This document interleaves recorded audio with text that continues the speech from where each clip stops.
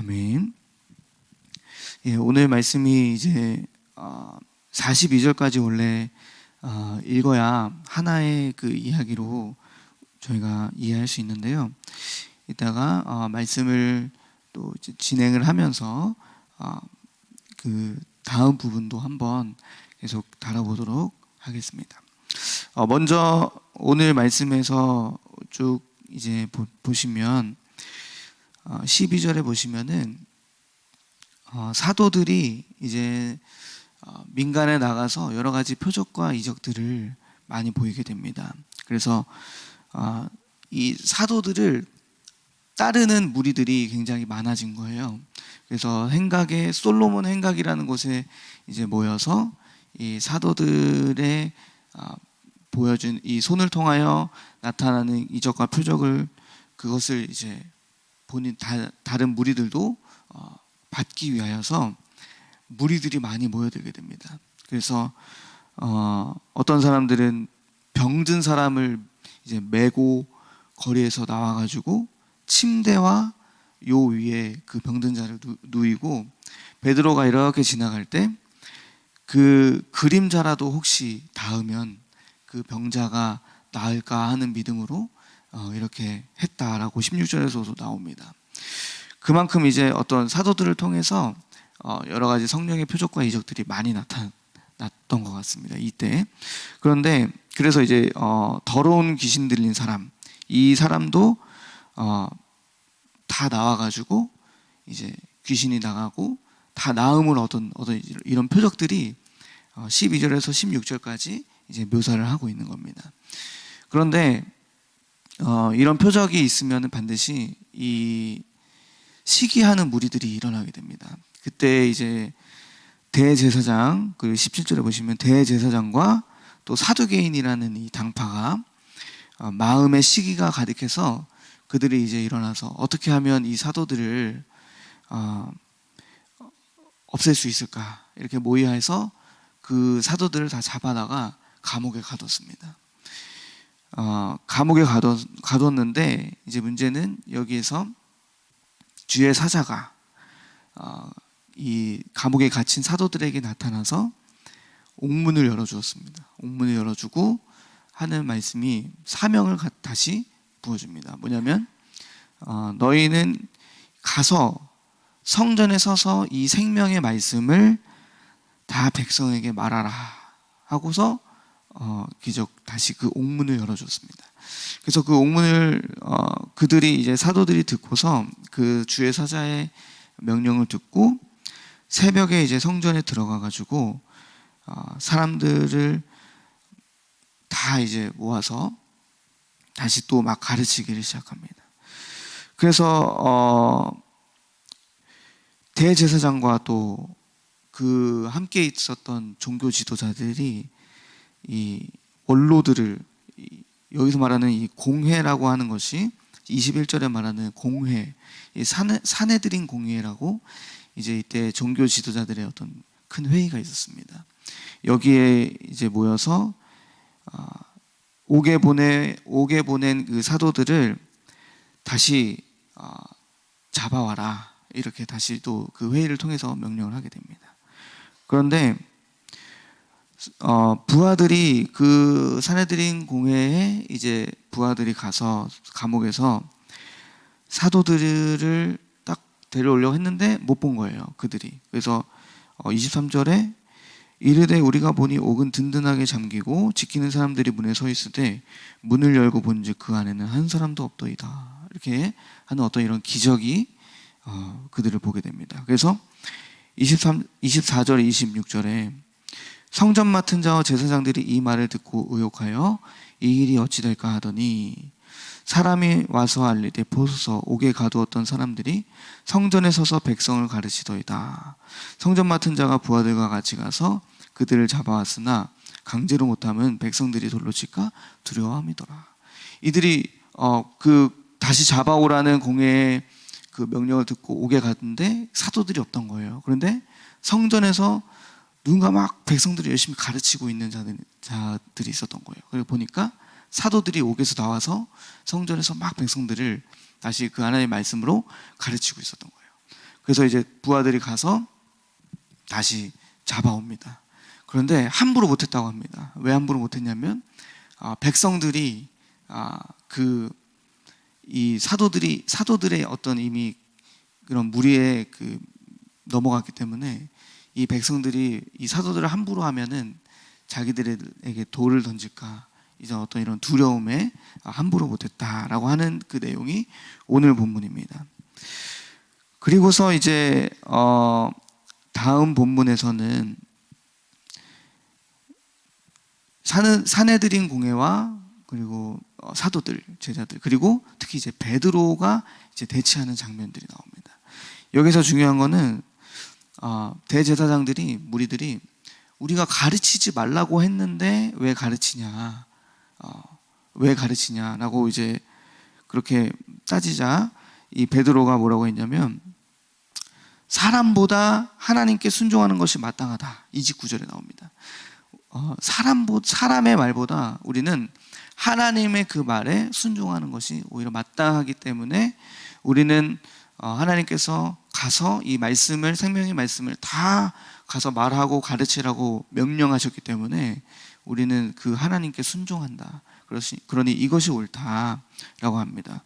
그래서 30절에서 갑자기 이제 이렇게 가르칩니다. 너희가 나무에 달아 죽인 예수를 우리 조상의 하나님이 살리시고 이스라엘에게 회개함과 죄사함을 주시려고 그를 오른손으로 높이사 임금과 구주로 삼으셨느니라. 32절 우리는 이 일의 증인이요 하나님이 자기에게 순종하는 사람들에게 주신 성령도 그러하니라. 예, 이 말씀이 무슨 말씀일까요? 우리는 너희가 죽인 그 사내들인 공회, 너희가 죽인 예수를 우리는 전하는 것이 우리는 마땅하고 하나님께서 그 예수를 높이셔서 임금을 삼으신 그 복음, 이 복음을 전하고 또 이 복음의 증인으로서 우리는 하나님이 우리에게 순종하는 마음을 성령으로 주셨다. 그러니까 우리는 이렇게 순종하는 거다라고 하니까 이 말 자체는 그때 당시 종교 지도자들이 굉장히 공격하는 말입니다. 엄청난 공격이에요. 그래서 이 33절에 그들이 노했다고 했습니다. 화가 나서 없이 하고자 할세 그랬습니다. 죽이려고 한 거죠. 그랬는데 그때 한 사람이 딱 일어섭니다. 그 34절에 나오는 바리새인 가말리엘이라고 하는 율법교사입니다. 이 사람이 일어나서 사도들을 다 밖으로 일단 내보내고 그 사내들인 공회를 설득합니다. 어떻게 설득하냐면 요지는 이겁니다. 저들이 전하는 그 말씀이 만약에 사람의 말이면은 알아서 그들은 없어질 것이다. 예. 이미 이 사도들이 이렇게 가르치는 일 이전에 두 번의 일이 있었던 거예요. 어떤 드다라고 하는 사람들이 일어나서 그 어떤 이렇게 전했는데 그가 죽임을 당했어요. 400명이 그를 따랐는데 죽임을 당하고 그 따르던 모든 사람들이 흩어져서 없어졌고 그 후에 또 갈릴리의 유다라는 사람이 일어나가지고 백성을 깨웠다. 그래서 그 백성들이 또 따랐는데 그도 망했고 따르던 자도 다 없어졌다. 그러니까 이처럼 드다와 갈릴리의 유다처럼 그들이 전하는 말이 사람의 말이면은 알아서 없어질 것이다. 그러니까 우리가 피를 묻힐 필요는 없다. 그런데 단지 정말 이 사도들이 전하는 말이 하나님의 말씀이라면 우리가 하나님 앞에 노함을 얻을까 두렵다. 우리가 하나님을 대적하게 될까 두렵다. 이겁니다. 이 가말리엘의 요점이. 그래서 그들을 건들지 말아라. 우리는 알 수 없다. 사람의 말일지 하나님의 진짜 말씀을 그들이 전하는지 우리는 알 수 없으니 우리는 가만히 내버려 두자 그들을. 굉장히 지혜로운 사람인 거죠. 그래서 그 사내들인 공회가 그거에 설득이 돼서 옳게 여기고 사도들을 채찍질을 하고 체벌을 하고 그 전하는 것을 금하고 보냅니다. 그러자 이 사도들은 예수를 위하여서 이 능욕을 받았다. 우리가 예수를 위하여서 고난을 받았다. 채찍을 받았다. 이거를 기쁘게 여깁니다. 기쁘게 여겨서 공회 앞을 떠나고 42절이 뭐라고 합니까? 그들이 날마다 성전에 있든지 집에 있든지 예수는 그리스도라고 가르치기와 전도하기를 그치지 아니하니라. 이렇게 말씀합니다.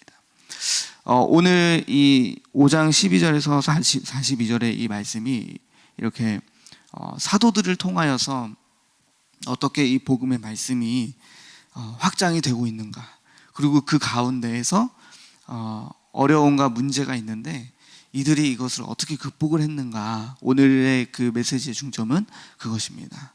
예.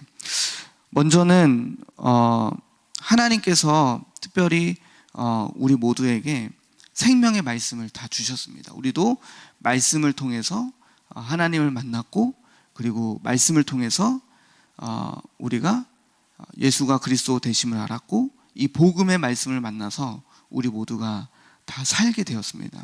그것은 저와 여러분 다 마찬가지입니다. 그런데 오늘 제가 이 본문 말씀을 묵상하다가 보는 것은 무엇이냐면, 이 12절 16절에서 그들이 그 사도들의 손을 통해서 많은 표적과 기적이 일어났잖아요.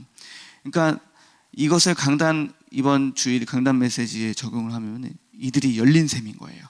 예, 이 사도들이 열린 셈으로써 그들이 가는 곳곳마다 말씀이 전해지고 생명이 살아나고 살만 나고 이제 이런 행복한 인생들이 다 만난 거예요. 그래서 여기에서 한 가지 우리가 깨달을 것은 무엇이냐면, 진짜 복음을 만난 사람과 함께하면 그 인생이 바뀌게 되는 개혁이 일어난다는 겁니다. 어떤 개혁이 일어나냐면, 그 복음으로, 예수로 말미암아 우리에게 영원한 그 생명이 주어지면서 우리 삶의 많은 여러 가지 문제들, 질병들, 그리고 정신적인 어떤 어려움들, 이제 이런 모든 것들이 다 고침을 받게 된다는 거예요. 저는 여기서 이제 묵상이 되는 게, 나 또한도 하나님께서 열린 셈으로 부르셨다라는 믿음을 갖는 것이 우리가 굉장히 중요하다라는 거. 이 사실을 믿고서 우리가 먼저 나아가야 할 줄로 믿습니다. 그런데 그 주의 말씀처럼 열린 셈이 아닌 막힌 셈, 또 터진 셈, 더러운 셈, 여러 가지 이제 있잖아요. 그 셈들이 이제 이런 셈들이 있다면, 오늘 우리 안에 그런 셈의 모습이 있다면 이것을 발견하고 이것을 어떻게 극복해 갈 것인가, 오늘 그것을 좀 우리가 묵상을 해봐야 할 줄로 믿습니다. 그러나 저와 여러분 모두는 복음을 만난 열린 셈일 줄로 믿습니다. 단지 아직 우리가 어떤 한 부분에서, 제가 요즘에 또 묵상이 되는 것은 우리 삶의 여러 가지 응답들을 받잖아요. 그런데 여러 그 삶의 분야에서, 영역에서 응답을 받아야 한다. 그런데 그 영역 안에서 응답을 받을 때에 필요한 어떤 믿음의 한 걸음이 필요하다라는 게 이제 요즘에 많이 묵상됩니다. 경제에 대한 응답을 우리가 경제에 대한 부분도 있고 영역도 있고, 가정과 결혼과 또 자녀 출산과 그리고 또 진로와 직업과 여러 가지 우리 삶의 영역들이 있잖아요. 근데 이 영역에서 경제에 대한 우리가 이 영역의 응답을 받으려면 이것에 대한 또 경제의 메시지를 듣고, 이 메시지를 듣고 순종하는 것이 우리에게 필요하고, 또 가정에 대한 영역의 응답이 필요하면 이 가정에 대한 메시지를 또 듣고 우리가 그것을 또 믿고 순종하는 어떤 이런 모습들이 필요하고, 이제 이런 부분들을 좀 우리가 볼 때 우리가 한 가지 응답을 받았다고 해서 안일하게 볼 것이 아니라 여러 가지 여러 방면의 이 여러 가지 영역들에서 메시지를 받기를, 하나님 앞에 복음의 말씀을 듣기를 우리가 사모해야 된다는 겁니다. 가정에 대한 메시지, 하나님, 우리 가정이 지금 이런 문제가 있는데 이 문제를 통해서 하나님 어떤 메시지를 저에게 해주시길 원하십니까? 라는 어떤 그런 마음과 믿음으로 그것을 받고 또 순종하면서 나아갈 수 있는 그 믿음이 우리에게 필요하다라는 것입니다.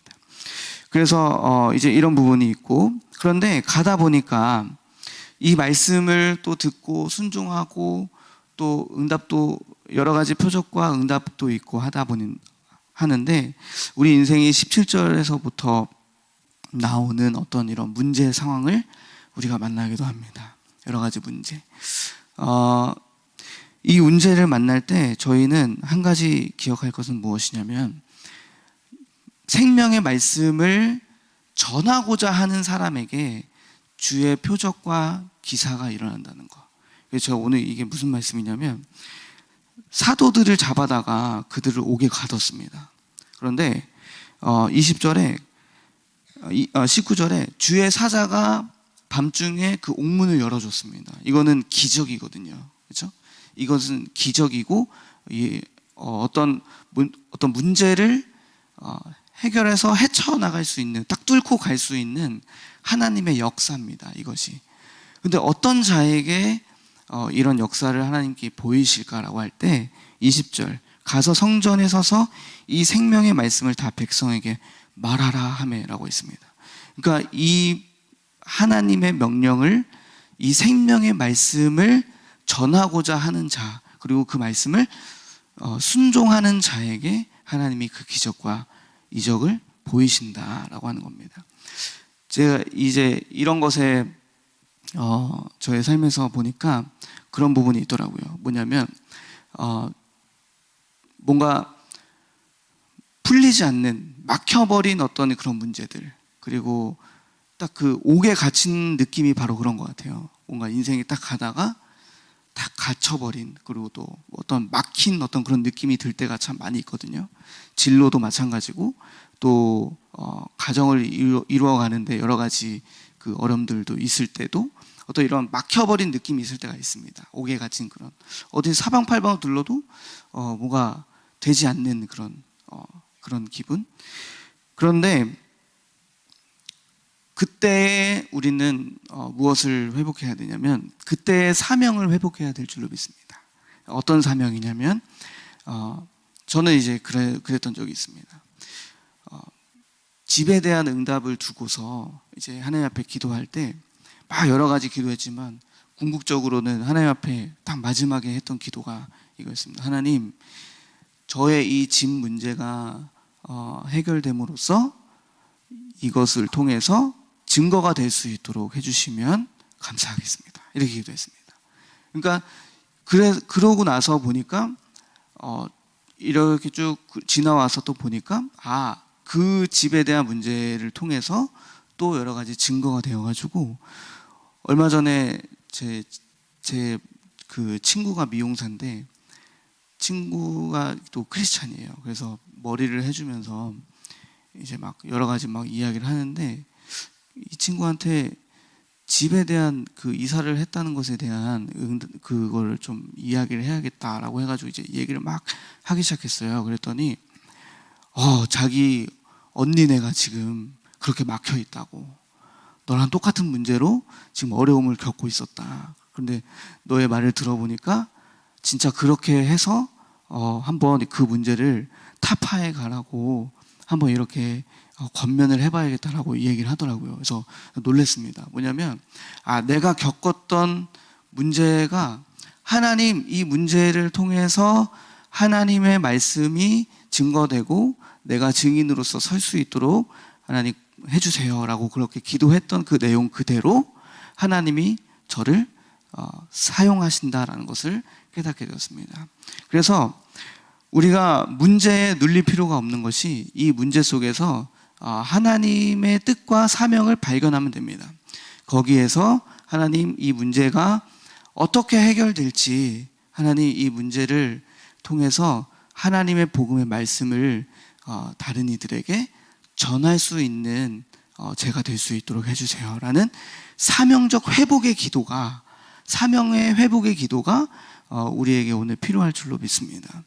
그때에 그런 기적이 일어나고, 그리고 그들이 실제로도 가서 응답을, 그 옥문이 열리고 가서 실제로 성전에 서서 백성들을 가르치는 것을 볼 수 있습니다. 그래서 우리 이제 이것을 볼 때 결론적으로 오늘 요약을 해보자면, 우리 인생을 이제 앞으로 어떤 인생으로 하나님 앞에 드릴 것인가라는 이 사명적인 대답이 사명적인 그 질문이 오늘 이 본문에 나와 있다고 저는 믿습니다. 앞으로 어떻게 우리 인생을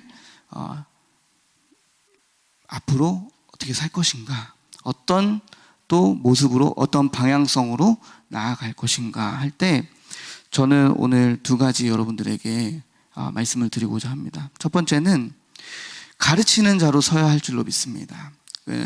어떤 가르치는 자라면 생명의 말씀을 가르치는 자로 서기를 간절히 원합니다. 여기서 보시면은 우리의 인생이 가르치는, 이 말씀을 가르치는 이 사명을 저희 모두가 회복해야 될 줄로 믿습니다.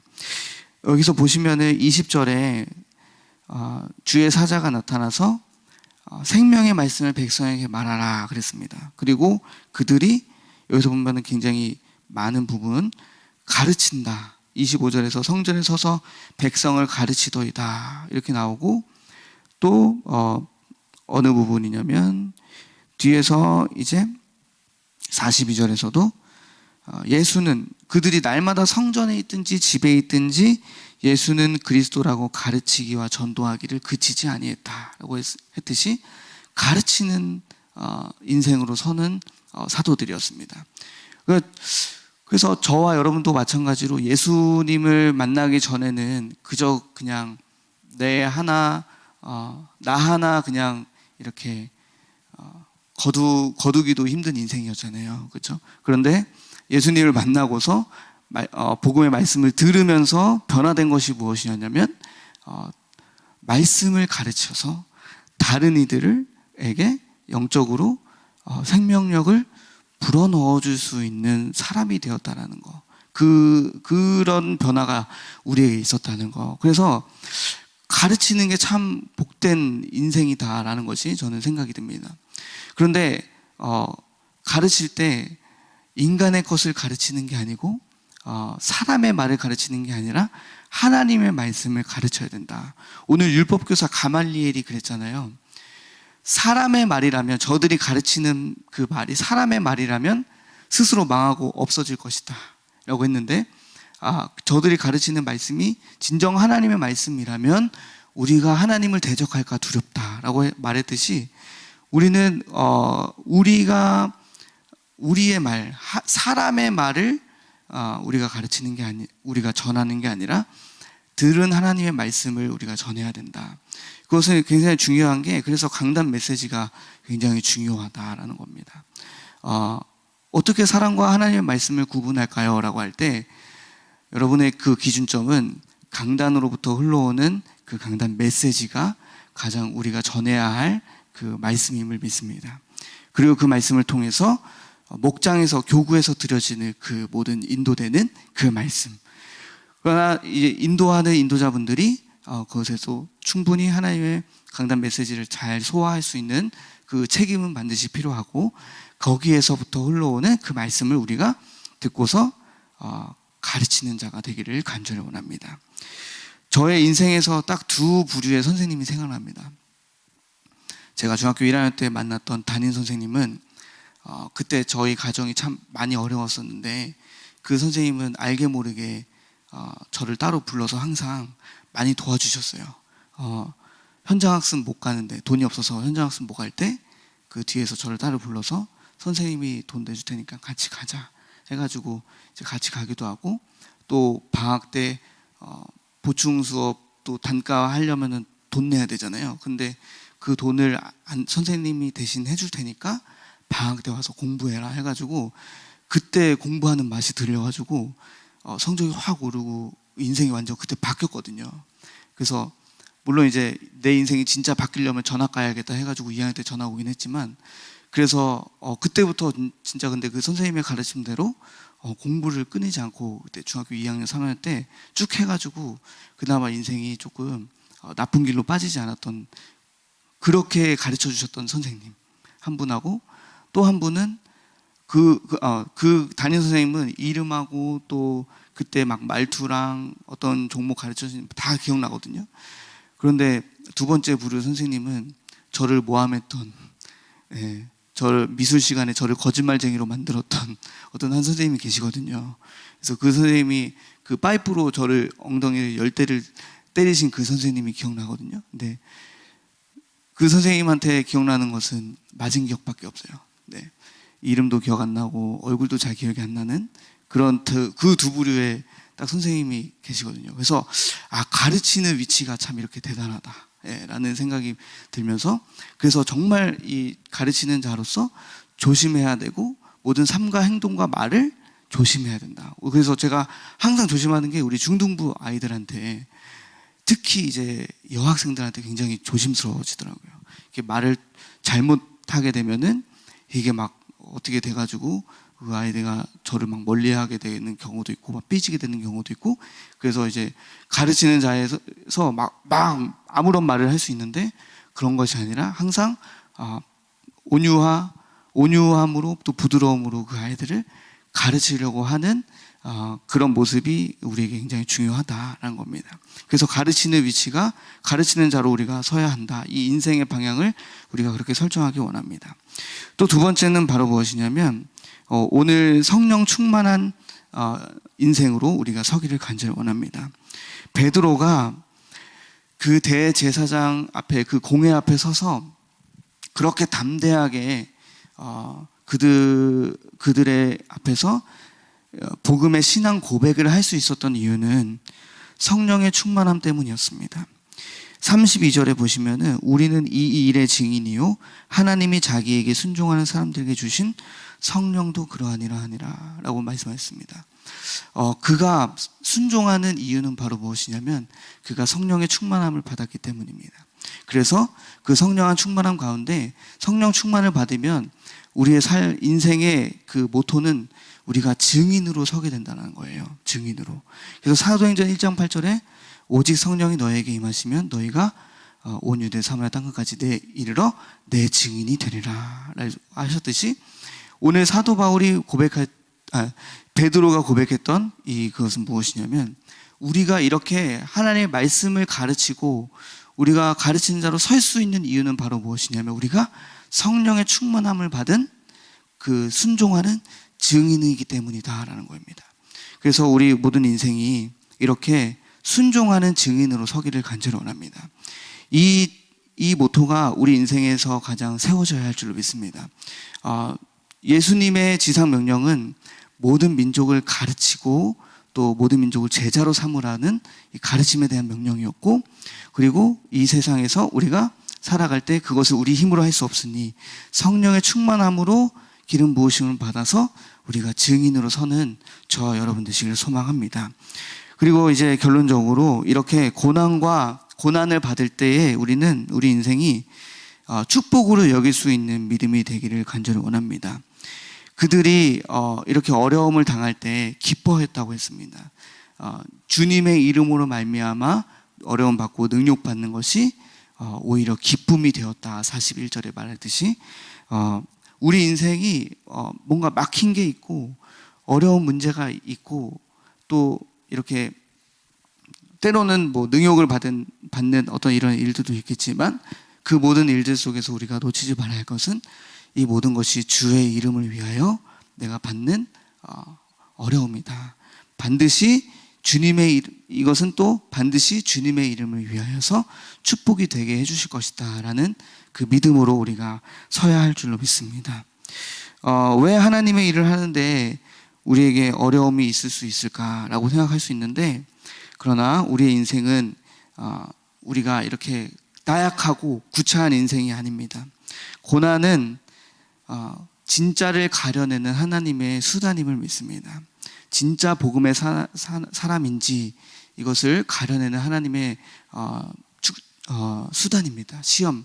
그래서 이 시험을 우리가 잘 이겨내고 하나님께서 우리에게 주시는 그 기쁨을 또 이 안에서, 문제 안에서 누리시고, 그것을 그 안에서 또 사명을 발견해야 할 줄로 믿습니다. 하나님, 이 문제를 통해서 또 내가 증인될 수 있는 증거를 또 저에게 주시옵소서라고 또 우리가 사명을 고백하고, 그 사명을 고백해서 우리 인생에서 또 말씀을 내가 증거하고 가르치는 자로 저희 모두가 서기를 간절히 소망합니다. 기도하겠습니다. 하나님 아버지 감사합니다. 오늘 우리의 인생을 아버지 하나님 방향 설정을 잘 하기를 간절히 원합니다. 우리 인생 속에서 하나님께서 원하시는 또 모습들이 있을 텐데, 그러나 한 가지 확실한 것은 우리가 생명의 말씀을 가르치는 자로 서기를 원하는 것입니다. 무엇보다 우리의 삶의 모습과 또 인생의 여러 가지 문제를 통해서 하나님의 말씀에 또 가르치는 자로 서게 하시고 증인이 되어서 아버지 하나님 성령의 충만함으로 순종할 수 있는 믿음을 허락하여 주시옵소서. 우리 삶에 또 하나님 말씀을 풍족하게 넘치게 하시고 열린 샘으로 살아갈 수 있는 저희들 되게 하여 주시옵소서. 감사드리며 예수 그리스도 이름으로 기도드립니다. 아멘.